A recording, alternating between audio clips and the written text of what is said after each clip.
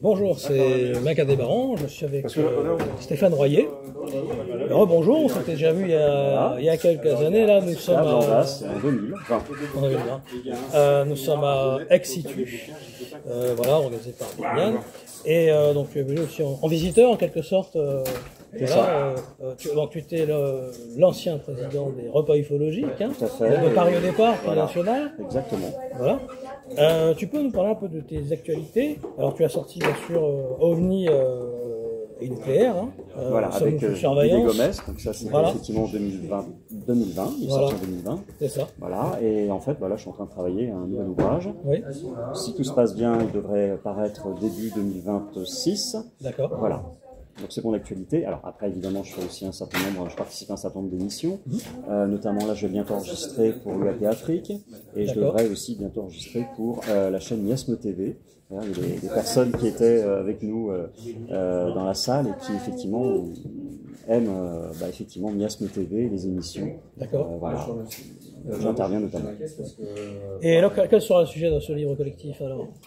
Alors, c'est un top secret? Je ne vais pas trop en parler pour l'instant, mais on va essayer d'étudier le phénomène OVNI. Sur le premier livre avec Didier, on est parti sur la physique. Oui.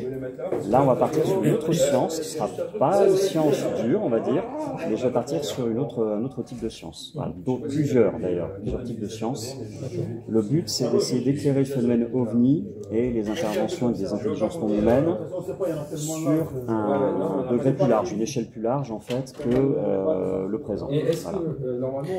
Et comment tu es venu au phénomène OVNI, en fait, alors c'est très simple, ça remonte à loin. Hein. Je sais que la question a été posée aujourd'hui à certains intervenants. Moi, je suis tombé dedans à l'âge de 10 ans. On m'a offert un ouvrage d'ufologie, qui est un ouvrage de 10 milieux. Donc voilà, donc ça m'a vraiment intéressé. Et j'ai commencé à m'intéresser évidemment à l'ufologie, à tout un tas de phénomènes connexes pour les mystères de ce monde. Donc voilà. Et puis tu as dû acheter après le DLN et tout cela. J'ai acheté des magazines, j'ai acheté des livres. Alors Uranos c'était déjà un peu plus ancien, oui. Quand même. Je suis pas si vieux que ça. Il y a des collectors, Oui, non, bien sûr. Bon, sauf qu'avant Internet, c'est plus difficile à trouver. Il fallait vraiment farfouiller dans les puces, etc. et des greniers. Enfin voilà, c'est plus compliqué à trouver. Aujourd'hui, par Internet, on peut trouver un peu plus facilement, même si peut-être c'est un peu plus rare. Et quel est ton positionnement actuellement sur le phénomène actuel, la disclosure? Quel est ton avis personnel? Déjà, c'est intéressant qu'il y ait des militaires, anciens militaires ou anciens hauts classés dans le domaine du renseignement qui donnent de l'information aujourd'hui et tentent de déclassifier des informations.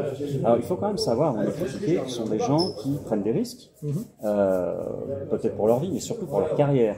Si on prend par exemple Luis Elizondo, il a quitté du jour au lendemain, il a perdu sa retraite, son salaire évidemment à l'époque, de militaire, pour qui évidemment un certain nombre de personnes prennent des risques. C'est pas pour rien, c'est pas pour se faire mousser, c'est pas pour gagner de l'argent, d'ailleurs Luis Elizondo on a perdu dans un premier temps.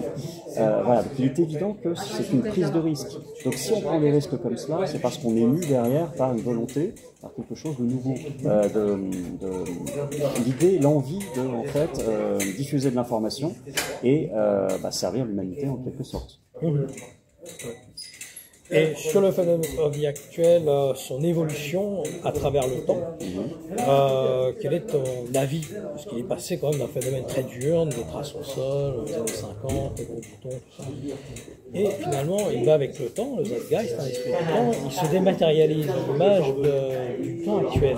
Alors, oui, c'est une remarque intéressante, effectivement. C'est vrai que si on s'intéresse à l'ufologie depuis au moins les années 40, voilà, on sait qu'il y a une évolution. Montréal, en Ardèche, en 1930. Voilà, oui. Alors, bien sûr, on peut remonter très loin. Les 1897, les dirigeables. Exactement. Aussi, donc, ce qui est intéressant de se dire, c'est qu'il y a une évolution du phénomène, je suis d'accord. Hein. On a d'abord eu des observations dans le ciel, des traces au sol, des observations, des interactions avec les humains. Et puis, effectivement, le phénomène a changé, a évolué. Alors, est-ce qu'aujourd'hui, où il y a beaucoup moins d'ovnis qui se posent, on a beaucoup plus d'interactions avec une espèce en particulière, et peut-être d'autres aussi, qui seront des gris, est-ce que, justement, on n'a pas une espèce, plusieurs espèces qui ont laissé la place à une autre ou à d'autres espèces, l'objectif étant, effectivement,